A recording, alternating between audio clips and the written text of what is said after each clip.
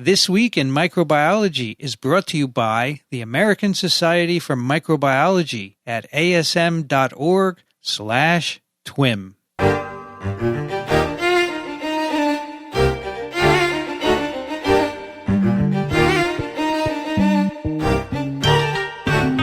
This is TWiM, This Week in Microbiology, episode 234, recorded on January 14, 2021. I'm Vincent Racaniello, and you're listening to the podcast that explores unseen life on Earth. Joining me today from Small Things Considered, Elio Schaechter.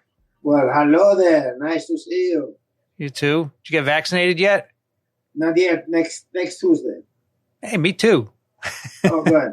Got an appointment You're in for the Tuesday Club. You're in the Tuesday Club. Tuesday Club. Also joining us from somewhere in Michigan, Michele Swanson. Are you in Ann Arbor? I am, home of 2 undefeated college basketball teams, I might add. Very nice. And I got my first dose Oh, Monday. very good. Yeah, very good. Michigan's ahead of everybody else, it seems. Well, they only have 10 people in the state, right? What's the difference? Hey. This is through Michigan medicine. Yeah. And from Charleston, South Carolina, Michael Schmidt. Happy New Year. Glad to be here. Happy New Year. This is our second of the new year. Yeah, we did one before. Good to have you all back. Hope you're all well. And today we have fine science for you. As always, if you like what we do here on TWiM and our other podcasts, consider supporting us, microbe.tv/contribute.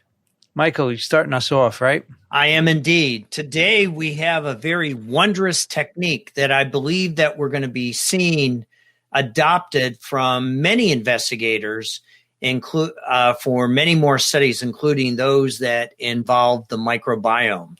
The paper comes to us from MBio, which is one of the ASM journals. It's open access, so you can all download this paper immediately and read along with us. The paper is entitled Salmonella enterica serovar typhimurium exploits cycling through epithelial cells to colonize human and murine enteroids. And it's by Geiser, DiMartino, Ventinol, Erickson, Sima, Alsavar, Al, Philipson, Webb, Sunbaum, Hellstrom, and Sellen. And they're all from Uppsala University in Uppsala, Sweden. And they're from principally 2 departments, the Department of Medical Biochemistry and Microbiology and the Department of Medical Sciences / Gastroenterology and Hepatology unit.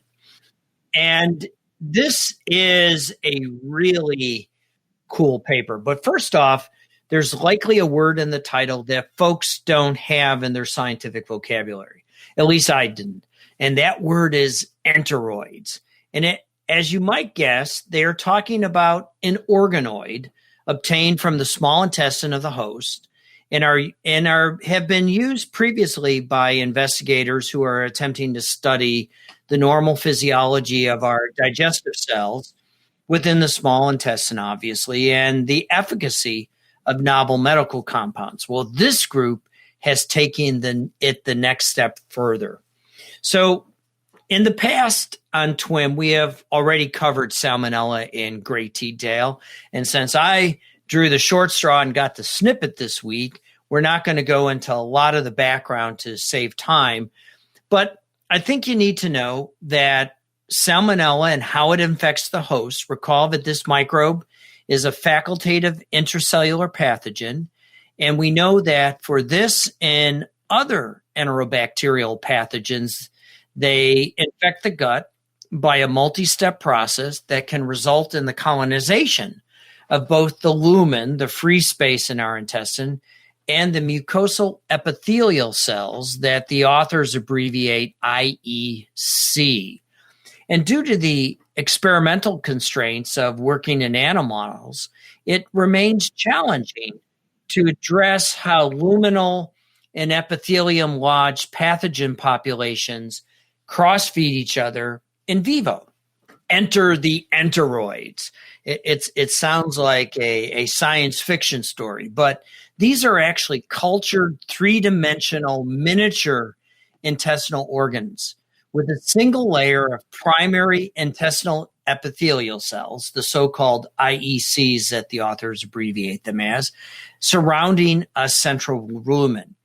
And since we are only doing a snippet, thought I would focus on how the authors asked their questions, how they were able to figure things out, so you'll get a sense of the wonder of this technique and really appreciate how magical microbiology can be, since we have not only wild type cells that we can ask questions with, but we have a variety of mutants.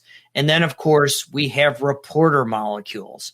And we love our reporter molecules because they allow us to witness in both time and space where the bacteria are going in this enteroid. So the enteroid offers the investigators new opportunities to study this very complicated infectious process under near physiological conditions. Again, watching with time and spatial resolution that's normally not available when using animal models. So the authors elegantly walk us through this process using these little tiny miniature intestinal organs from their first microinjection of Salmonella, and then using or offering, if you will, the reader a bird's eye view of what's happening. And you can look at videos. They have videos posted on the internet that are freely available, so you can actually follow along and witness the science. They use clever barcoded consortium infections, and we can witness now for the first time and gain an understanding of this complete infectious process that this strain of Salmonella, that I'm not going to call Salmonella enterica serovar typhimurium, actually accomplished. I'm just going to call it Salmonella. This particular strain of Salmonella, the CDC estimates causes about 1.3 million infections annually in the U.S. About 26,500 of us will be hospitalized, and there's an unfortunate 420 deaths. As you know, food's the source for most of the microbe that cause these infections, but you can even get Salmonella from your pet hedgehog. And since many of us have gotten into raising chickens and ducks in our backyards this past year. Oh, yeah? Well, when I was looking at this, the CDC has a warning sign. There were over 1,700 cases of Salmonella food poisoning from backyard flocks of chickens and ducks. And we've had some in South Carolina. So, you just have to understand why these authors are going to such detail to understand this infectious process. So here's how it works. You ingest the pathogen. It multiplies in the lumen of your gut. And then these planktonic or free-living variants expand in the gut. And then through flagellar motility, remember Salmonella is a paratrichously flagellated microbe, they penetrate this mucus layer. And then through the magic of type 3 secretion, this is the secretion system that literally has a tiny little syringe that then injects proteins from the bacterium into this epithelial cell. This is now a human host that the bacteria are inoculating with their protein. And then the microbes actually can breach the epithelial layer and get inside the epithelial cell of the host.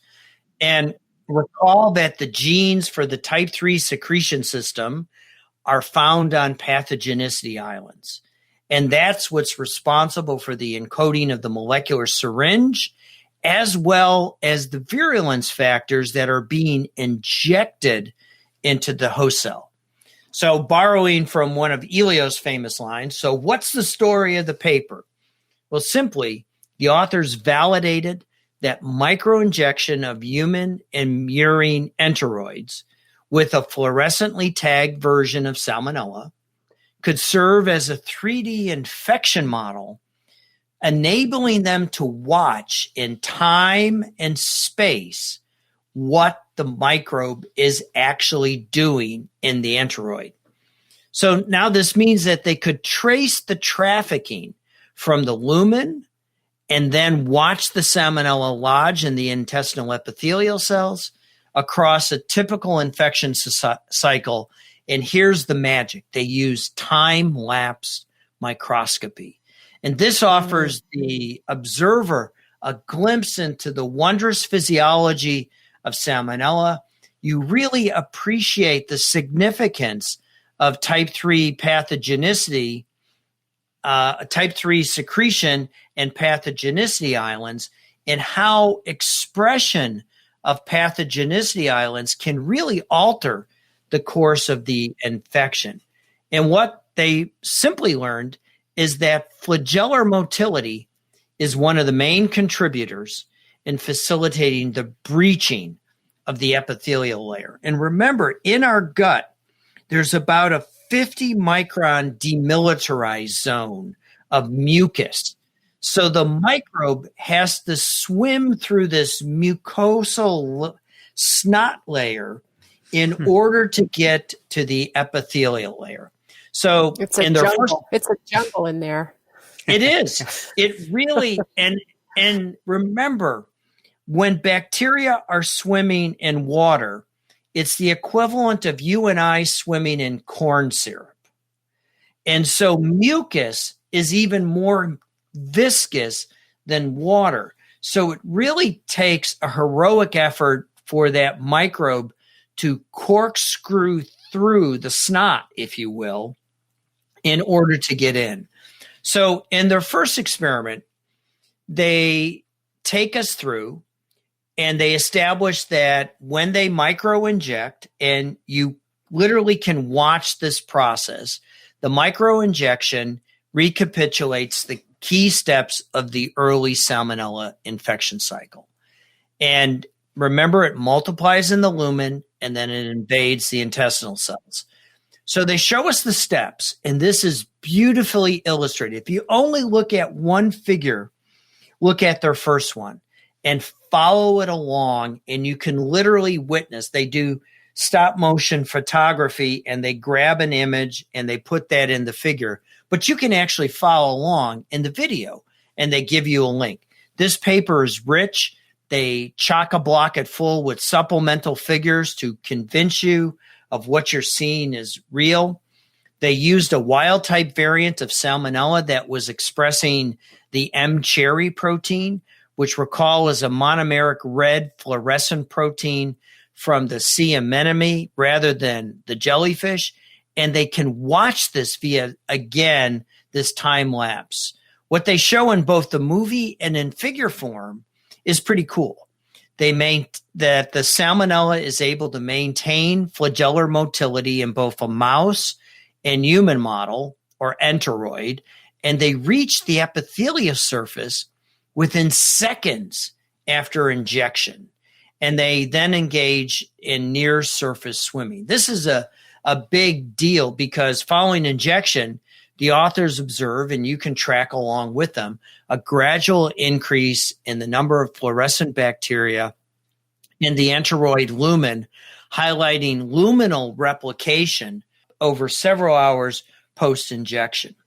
And Michael, if I could just, endorse your description of their figures. It's really amazing. The use of fluorescence, different colored fluorophores, makes the photos really vivid. But then they also have them nicely labeled so we can see across time. And then they have 3D, or they have schematics so we can see where in the three-dimensional space we're looking in each of the panels. And they have little tracking lines so we can see where particular bacteria have moved by motility. So you really feel like you're looking at it with the experimentalists. You're literally with them. It's almost as if it's the Raquel Welch movie, The Incredible Journey, where you're traveling inside the cell and you're watching what's actually going on. And I was really excited about this paper, not for the science that they demonstrate about the Salmonella infection, but just imagine what we're going to be able to do when we can establish a a complex microbial community will be able to ask questions fundamentally about the microbiome potentially and ask about population disruption. So I was really excited about the technique. But now back to the science. Next, they established the significance of type 3 secretion and what role it's playing to impact the entry into the intestinal epithelial cells. And here they go back to what is one of the great tools of the microbiologist, and that's namely mutants. And here they have a deletion mutant in the invasion G protein. So it's deleted. And they have wild type. And again, they are tagged. And they do a clever experiment of using less than 20 bacteria, 20 to 50, or greater than 50. And as you might guess, they follow the whole thing again with time-lapse microscopy, and they observe the expansion and injection of either Salmonella strain. This results in, of course, diffuse cytopathic effects, which you would expect, and which is monitored by enteroid shrinkage. And what they learned is not surprising, is that the wild type, the one with the type 3 secretion system, and the one that was not deleted for the invasion gene, did better. The kinetics of enteroid colonization for both strains increased with the dose of bacteria. Notably, however, the wild type expands more quickly, again establishing that the invasion protein, invasion G, was significant. And they look at fluorescence and they're able to track fluorescence. And it's really an elegant way of knowing what's going on. And for the first time, we're able to track it in real time. And they then transition to their next experiment with a really clever mutant. This mutant is deleted for the flagellar motor. It still makes the protein flagellin that is the whip, but it's missing the motor. So you still have a structurally intact flagellum, but it no longer can swim. And so this is a really cool experiment. And again, in both human and murine enteroids, they found that when the secretion system was required to both drive the invasion into the epithelial layer and boost enteroid colonization, and hence they were able to link the two phenomena of motility as well as type 3 secretion and the virulence factors associated with it. And what they found is that absent motility, it was still able to do it. And so the delta motility mutant was able to successfully still invade the intestinal epithelial cell after it reached the epithelial surface layer, independent of motility. Their next experiment walks us into the type 3 secretion activity and the flagellar motility, and they actually illustrate how the Salmonella in the intestinal epithelial cell can escape from that cell and then go back into the lumen and drive further expansion of the Salmonella population, which would then go back to invade naive intestinal epithelial cells. So again, they mark it with a mutant and a wild type. They look at type 3 secretion, and they were able to assess by looking for basolateral escape of bacteria that were previously confined within the boundaries of the enteroid. Condensing all of this data into a snippet is always frustrating for me, but as the authors did a fantastic job, and you can look at the paper, their collective results suggest that while only type 3 secretion activity, principally the first operon in this type on this pathogenicity island, boosts luminal colonization. Both the activity from the type 3 secretion operon as well as flagellar motility promote breaching of the epithelial layer in Salmonella. In closing this off, their study demonstrates a strong link between Salmonella and the invasion of our intestinal epithelial cells and enhanced luminal colonization.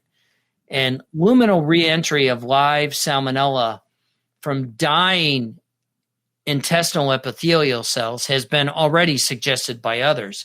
However, the really cool thing is they, for the first time, give us this temporal resolution through the use of the enteroids and the precise ability to micro-inject, tag them, track them, quantify, watch how many cycles, watch them multiply. And so you can watch the significance of the type 3 secretion virulence operon that drives invasion, intraepithelial replication, and then finally the reemergence of the Salmonella from the intestinal epithelial cell back into the lumen of the gut, which then just drives that infection process. And it was just an absolutely fascinating study. And the authors could be commended for how clear they made it to just witness what was going on. I agree, Michael. I'm thinking the little mice that are overhearing, eavesdropping on the TWiM broadcast are breathing a sigh of relief because we'll be able to move a lot of our functional studies into these enteroids. But I want to say, as elegant as they make this look, culturing these enteroids takes real skill and practice. They've got to coordinate with a surgical colleague because they start for the human enteroids. They start with a bit of intestine that's been surgically removed from an otherwise healthy human who is having surgery. Bariatric surgery. Yeah. And then there are multiple steps they go through to completely separate the cells and culture them in appropriate conditions so that they then form these small enteroids, enclosed enteroids. And I know from talking with colleagues, it's tricky and there's variability. So there's an art to it, but there's, as you said, this technique holds a lot of promise. There's not a kit yet for it, so that's going to drive some frustration level. But again, one of the things that's in the methods of their paper, the first section shows that this was conducted with an appropriate IRB, appropriate ethical study. And, the patients, this was all discarded human tissue that was secondary to the bariatric surgery. And right. This is one of the most important aspects, and they do indeed illustrate that in their methods. It's not sent to look someplace else. It's in the first section of their method. So you're absolutely right, Michele. And I'm hoping people really get good at learning how to make enteroids from discarded tissue out of people. Well, in the virology world, these are very popular, but you don't have to make them from human tissue. You can make them from stem cells. You can use induced pluripotent stem cells or blastocysts that you recover from an embryo, and you just have to incubate them with the right growth factors, and they become. So you don't have to. But the problem here is these are all great, but what's missing is the immune system. Right. Ah, yes. And that is got to be addressed. Many people are trying to introduce immune systems, immune cells, right? B cells and T cells and macrophages and so forth, because it's really artificial in the absence of them, because you just don't know what would happen if you had some macrophages patrolling around, right? That would be very interesting to do. But I think we'll be able to address that in the future. So these aren't getting rid of mice yet. Unfortunately, we need mice because they have an immune system. Depends on the question you're asking, but I agree with you. There's still room for development here. Yeah, for sure. All right, Elio, it's your turn. Okay. So my paper, the paper is by a collection of people from different countries, namely, here are the authors, Eldring, Chen, Bozeman, Sartor, Dodd, Kovac and Merrill from Germany, the Netherlands, Britain, and Denmark. The article's title is A Circadian Clock in a Non-Photosynthetic Prokaryote.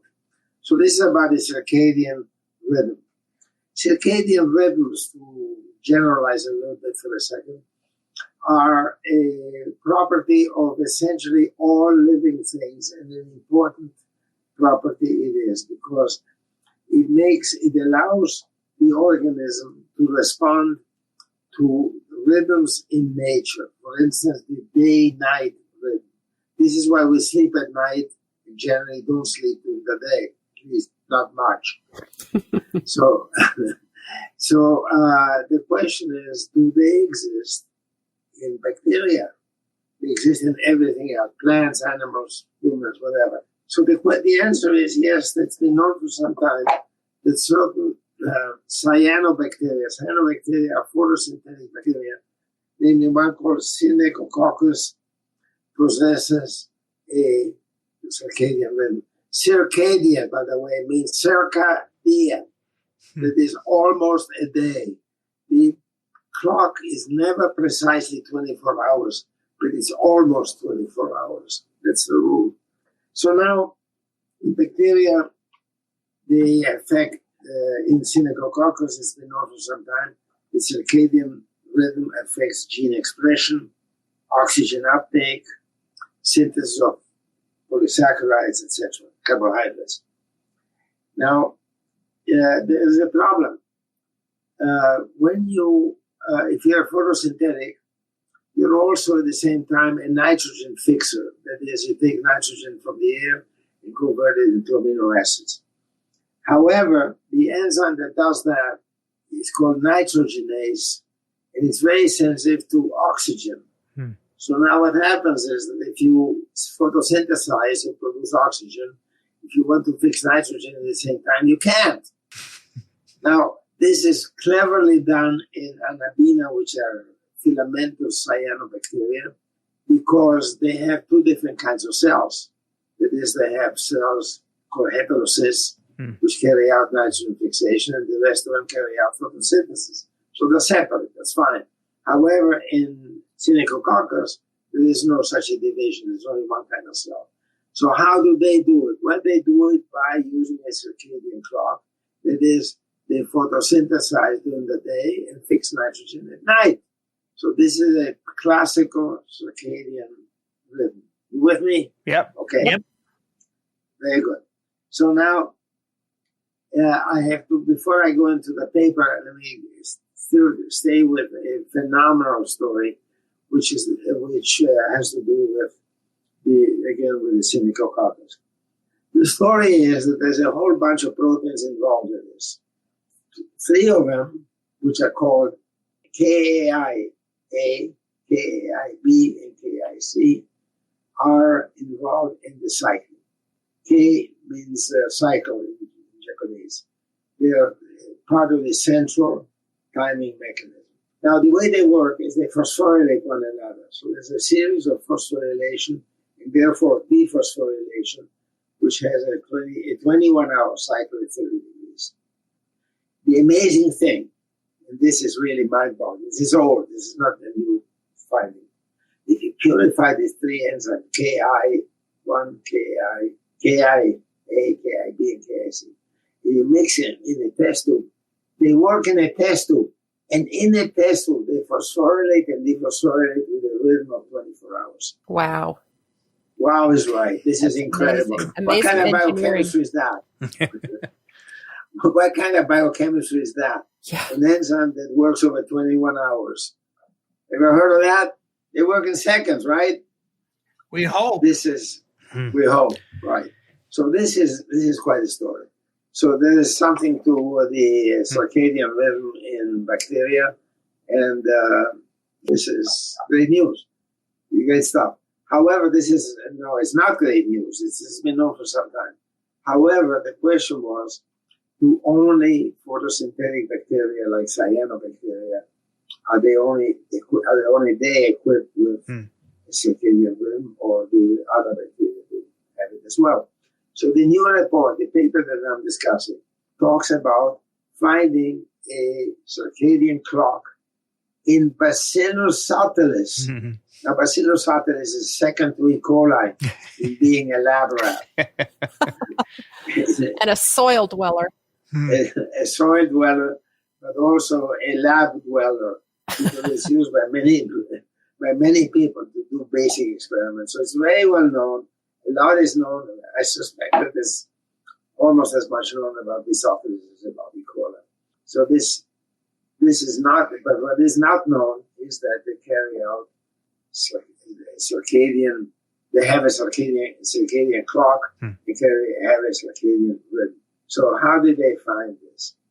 Well, they found that when they take in certain key enzymes, or the genes for certain key enzymes, one is called YTCA for blue light, which is a blue light photoreceptor, and another one is called KINC, is involved in biofilm formation as well as in sporulation. So they take this enzyme and they link to it luciferase, that is a light-emitting protein. And this way they can tell if the enzymes are on or off. What they find is that if they expose them to light and dark cycles of 12 hours each, after about a week, they have entrained the genes to become circadian rhythm sensitive. That is, they go on and off with a period of 12 hours. The first enzyme, YTCA, goes on in the dark.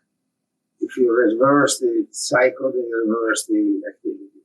That is about the gist of it. However, they go to considerable length to make sure that what they have it really is a circadian rhythm. And this is because circadian rhythms have certain properties which, as I say, they're very proud of. Not only that, Elio, but Bacillus subtilis doesn't have those KAIA and C genes. And so they really use bioinformatics to do a search for certain motifs that are common in this class of proteins and landed on a candidate. And I'll bet the light went off in their head when they saw that the photoreceptor was linked to a particular motif that is ubiquitous in this class of circadian regulatory proteins. So really beautiful bioinformatics that went on behind the scene. Yeah, I think this drives home the fact that if you're entering a science degree today, you really need to get a solid foundation in bioinformatics and statistics, because you'll be stuck otherwise. Amen. Amen. Amen. This paper is a good. It's a magic trick to open up a whole new toolbox for doing research. Oh yeah. So let me tell you the three core properties of circadian cycles that they mentioned, because they're very proud of that. The paper deals as much as anything with a confirmation that this really is a circadian rhythm and not some other phenomenon. So the three qualities of circadian rhythms are that under constant conditions they oscillate, and they have a nearly 24-hour period. That's why it's called circadian. That's true for Bacillus subtilis. They also, if they change the thing we call the zeit maker, the time mechanism, which in this case is light on and off, if they change it from 12 hours each to something else, they will change the period of the phenomenon at hand. Okay? And thirdly, the rhythm is, actually, the third is that it's temperature sensitive. That is, if you change the temperature, you adjust to it by changing the response.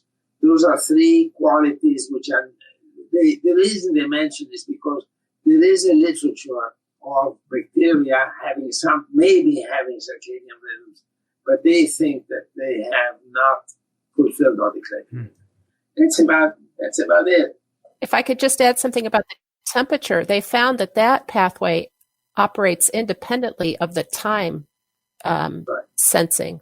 So it's as though, well, it looks as though Bacillus is wired with these two different sensing mechanisms, one that can train on light-dark cycles and the other that can train on cycles of warmer temperatures or cooler temperatures. Now, an interesting thing, which is not part of this paper so much as previous papers, is that circadian rhythm confer a fitness advantage. That is, bacteria which have it, if you mix them with bacteria that don't have it, you want to have it without the others. So this is an important quality. It's a good thing to have. Okay, so this is probably a quick summation of what this paper is. There's a lot of detail in it, and some of it does not make easy reading because there's a jargon to this, and they use the jargon abundantly.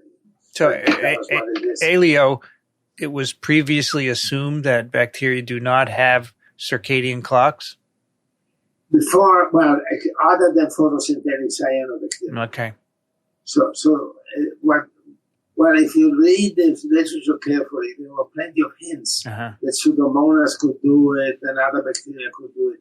But as I say, they do not think that the previous work was done sufficiently. I see. Using sufficiently the cover criteria. The idea had been, I think, dismissed by us bacteriologists. We just didn't occur to us. But I love that their opening sentence in their discussion says, circadian clocks remain largely unknown in non-photosynthetic bacteria, despite bacteria representing about 15% of the living matter on Earth. Yeah. So in other words, like, of course that microbes will have acquired this really... they probably invented it, Michele. Right. So I didn't make the point, but the point is obvious, that this has nothing to do with the cell cycle. That is, bacteria divide in much less. Bacteria and divide in a few hours, every few hours. They do not wait for the 24-hour cycle to divide. So it has nothing to do with the cell cycle, which is interesting. And we're going to find out much more about it.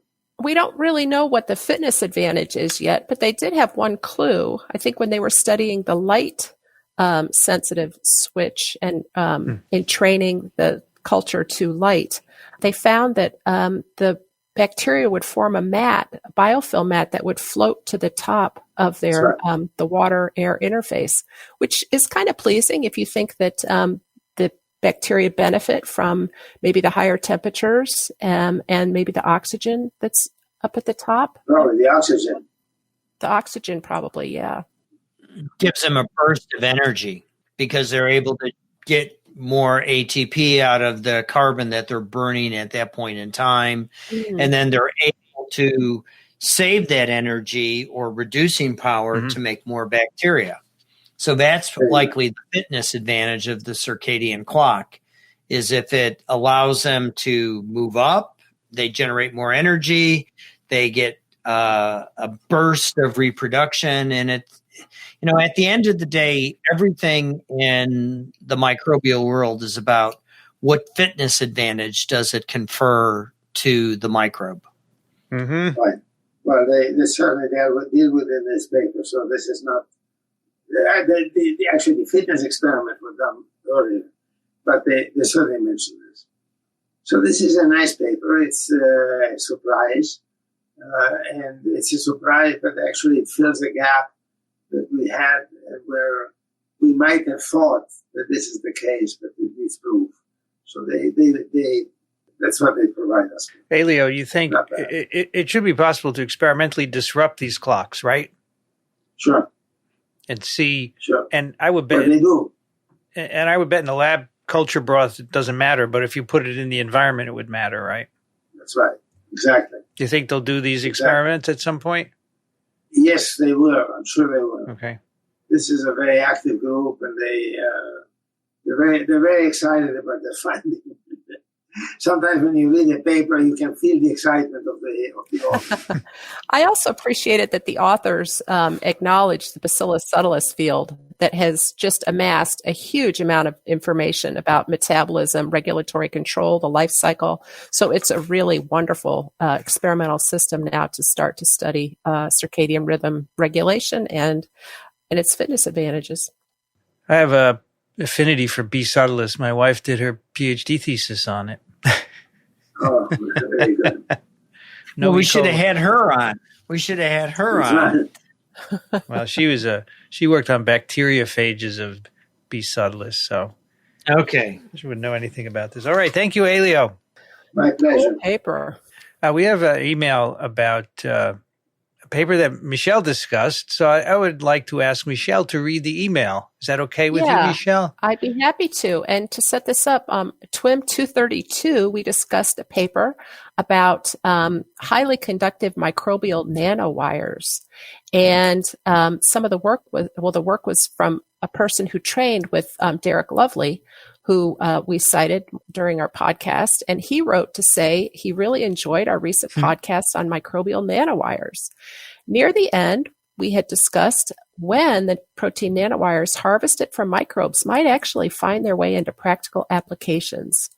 And he is delighted to share that the future is now. Within the last year, they published several high-profile papers and also received a lot of press attention on their work demonstrating several applications for electrical devices fabricated from microbial protein nanowires. And he provided some examples. So a paper titled Devices Built with Protein Nanowires That Sustainably Generate Electricity from the Humidity Naturally Present in Air. Very cool. So Humidity. Yeah. Humidity. Think about that, folks. Humidity. We have that in spades in South Carolina. And then how might you take advantage of that? Well, they've got another paper in Advanced Electronic Materials where they develop touchless sensors to track finger movements that take advantage of multifunctional protein nanowires that are humidity sensors for green wearable electronics. They also published a paper where they've taken E. coli and engineered it to express all the machinery to make these protein nanowires. So this is called an E. coli chassis for production of electrically conductive protein nanowires in the ACS Synthetic Biology Journal, also in 2020. American Chemical Society. And a former graduate student is now a science advisor for a startup company, and they've already licensed the technology for further commercial development. So it's really exciting that we've taken this beautiful biology, understanding that bacteria can make these conductive nanowires, and then Lovely's work and others have been able to apply it. So wearable devices are coming to us soon. Very cool. Yeah. So we can publish this in the show notes if people would like to look at these papers. He shared a selection all from 2020. So clearly there's a lot happening right now. Yeah, he says, I want to let you know that protein nanowires are a happy example in which the perceived promise of basic research is being realized rather rapidly in practical applications. Good. I wouldn't have known that, so thank you. And it has nothing to do with making us sick. Nope. Right. It doesn't. So thank you, Derek, for the compliment, but Thanks also for sharing your really exciting work, and of course for populating the field with a lot of experts now that are running their own research programs. All right. That's TWiM 234. You can find the show notes where you'll find this letter and other things at microbe.tv/TWiM. As I said earlier, if you like what we do, consider supporting us, microbe.tv/contribute. And if you have questions or comments, twim@microbe.tv. Michele Swanson's at the University of Michigan. Thank you, Michele. Thank you, and Happy New Year, one and all. Elio Schaechter is at Small Things Considered. Thank you, Elio. My pleasure. Thank you. Michael Schmidt is at the Medical University of South Carolina. Thank you, Michael. Thanks, everyone.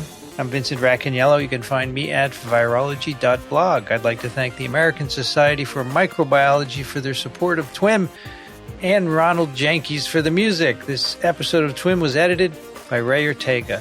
Thanks for listening, everyone. We'll see you next time on This Week in Microbiology.